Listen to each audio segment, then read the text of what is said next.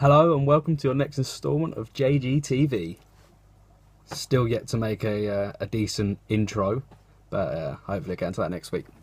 So anyway, another 2 weeks has passed. I've been up to quite a few things, but not a lot of things at uni have changed.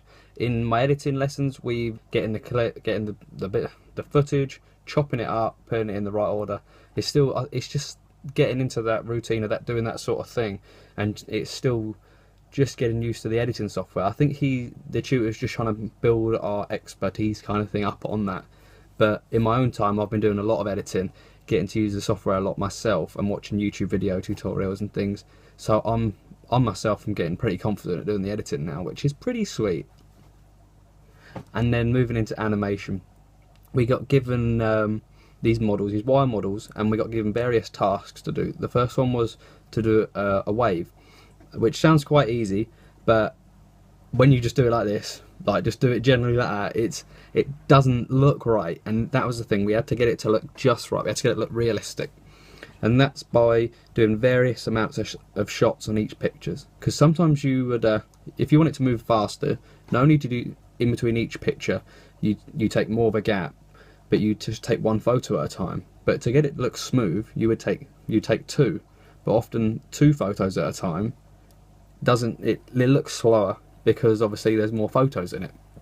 So what the tutor got us to do, he got us to count doing got us to count how long it took to do each action.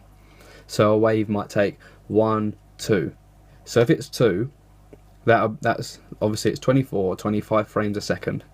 So we've got to, if it's 2 seconds, obviously that's roughly 50 frames. So you've got to take 50 photos to do this motion, to go 1, 2, which then when you start breaking it down, it gets a lot more technical, and which takes more time. That's the thing with doing stop motion. It's or the model animation as we're calling it at the moment. It's all about time and being patient. If you're not patient, you're not going to get it done. Well, you will get it done, but it won't look right. It won't look smooth. It won't look realistic, and that's what it is. You want things to look realistic, and then obviously we got that was the first task. The second task was a walk, which is that was another hard one, but we got there in the end. And then the final challenge we had for that lesson was to have the man as like the wire model, to have the man, and then you had to have him with a dog, but you wasn't allowed to use something that looked like a dog. It had to be anything else. So I had a little short stubby screwdriver, and I'll show you what that looks like now. So as you can see, he's whistling for his dog. Dog does his little wiggly bits, and then he comes back, gives him a pat. And I was really pleased with this. And when the tutor saw it, he was really pleased with this. And then when everyone else in the class came round and looked at it, they was really pleased with this. So I was really pleased with that. So yeah, so far I think at uni's going pretty sweet actually with all my things. And then we got film. So like I was saying before, and like I showed you before, we was working on my little short film. Well, our short film, I should say. But I don't want to put it on YouTube yet because I don't think it's there. Like, it's still the odd little tweaky bits that I've got to do to it. But at the moment, I'm in my reading week, which is self-learning week thing. But we haven't really got any tasks to do in it. And my only editing stuff's actually in the bit of uni that I can't get into in reading week. So on Monday, I'm going to go in, and then I've got lectures till 1, and as soon as that's done, I'm going to go down there, spend a good 2 or 3 hours on it, and get it finished, so I can get it on YouTube. You can see what it looks like, which is what I want. That's what I want. And apart from that, forgetting that now, we've now been put into our groups for the actual assessed work. This is the main, well, half of the main. There's 2 assessed bits of work in film this year, and this is the first half. And the brief for that, I said to you before, run for your life. That's it. Run for your life. So my idea for that involves my dog chasing a woman that's stolen some computer parts. It might sound that great, but I think running through some woods, dog looking aggressive, whatever, running, chasing, it could come off, could look good. But my group so far, we haven't met up, which is really frustrating. I don't even know half their names, so I can't find them on Facebook or whatever. But we've got a month. We've got a month to get it done, and I think it's going to take about a solid week to get it filmed. So what I'm going to do is before Monday, I'm going to get it all written up, write the whole film up, and then try and do some sort of shot list, and then when we go in for that Thursday, I can show the group what I got, I can say, Lego done. But yeah, so hopefully that'll be alright. Fingers crossed. But yeah, like I said before, in general, I think in uni's going pretty sweet actually. I'm enjoying it all. Getting good feedback from everyone. My tutors are giving me good feedback. People coming in, looking at stuff, giving me good feedback. And even my friends at uni are giving me good feedback. So I don't know if they're just being nice to me or what, but let's just hope it's because I'm doing good. And so in my own time, things I've been doing. We went bowling. My friend done this really weird throw. I'll show you that right now.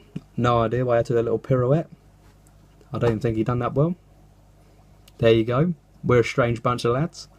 And I also have been going out and using my new Canon PowerShot S120. I must admit this is the first compact I've ever had. And yeah, it's blowing me away, to be fair. It's really, really good. When I was looking at reviews and things to start off with, one of the main reasons why I got it is because it does this really cool star mode. And these are some of the pictures I've taken. And it's got a really good, I can't tell you a lot of the technical stuff about it, but I know it's got a really good sensor on it, and that's why it picks up the stars and things at night.